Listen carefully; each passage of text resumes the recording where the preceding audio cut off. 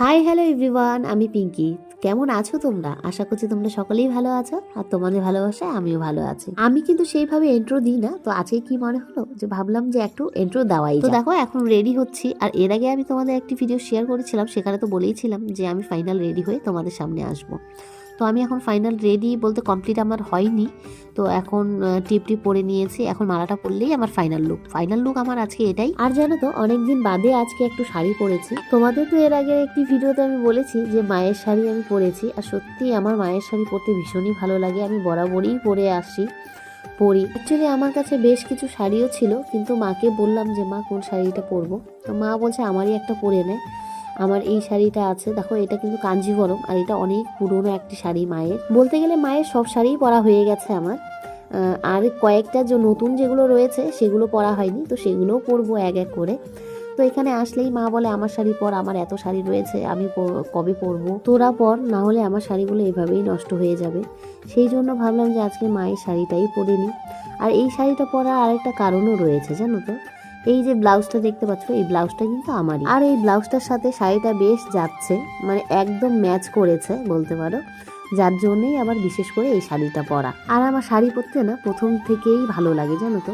কিন্তু যেহেতু আমি এখানে থাকি না, নিউ বঙ্গাইগাঁওয়ে থাকি তোমরা জানো, তো সেখানে সেইভাবে শাড়ি পরা হয় না।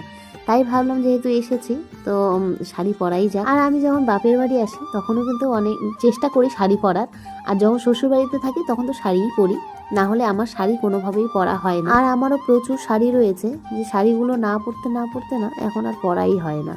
মানে এখানে তো খুব কম আসা হয়, যার জন্য শাড়িগুলো পরাও হয়, যদিও বা আসি সেইভাবে আর আগের মতো থাকা হয় না, তাই আর সেইভাবে আমার শখের শাড়ি ব্লাউজ সেগুলোও আর পরা হয় না। যদি কারো বিয়ে হয় বা কারো বিয়েতে আসি তাহলেই আমার শাড়িগুলো পরা হয়, না হলে সেইভাবে আর হয় না। আর আজকের লুকটা কিন্তু আমি একদমই সিম্পল রেখেছি। আমি বেশিরভাগ সিম্পল সাজতেই ভালোবাসি, খুব একটা হিজিবিজি আমি সাজি না।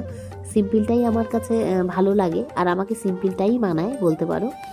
যার জন্য দেখো আমি হেয়ারটাকে শুধু ফোল্ড করে একটু বেঁধেছি। আর জানো তো হেয়ারটা কিন্তু আমার পুরোপুরি শুকায়নি, আমার চুলটা ভেজাই রয়েছে, তো সেইভাবেই বেঁধেছি। আর সিম্পল দেখো আমার যে চেনটা সেটা পরেছি, আর একটা পার্লের চোকার পরেছি। আর এখন বর্তমান যেটা কানের আমি রেগুলার ইউজ করি সেটাই পরেছি।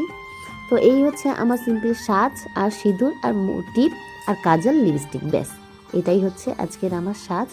আর কোথায় যাচ্ছি না যাচ্ছি আমি তোমাদের বলেছিলাম যে বলবো। তো এখন রেডি হয়ে যাচ্ছি এক জেঠুর বাড়ি, কারণ জ্যাঠাতো মেয়ের আজকে রয়েছে অধিবাস, আর আজকে অধিবাসের দিনই কিন্তু আশীর্বাদও রয়েছে, যার জন্য রেডি হয়ে এখনই বেরিয়ে পড়বো আমি আর মা মিলে। আর এই শাড়িটা পরে আমায় কেমন লাগছে তোমরা কিন্তু অবশ্যই কমেন্টে জানিও। তো চলো আমি এক এক করে তোমাদের সঙ্গে সবটাই শেয়ার করবো।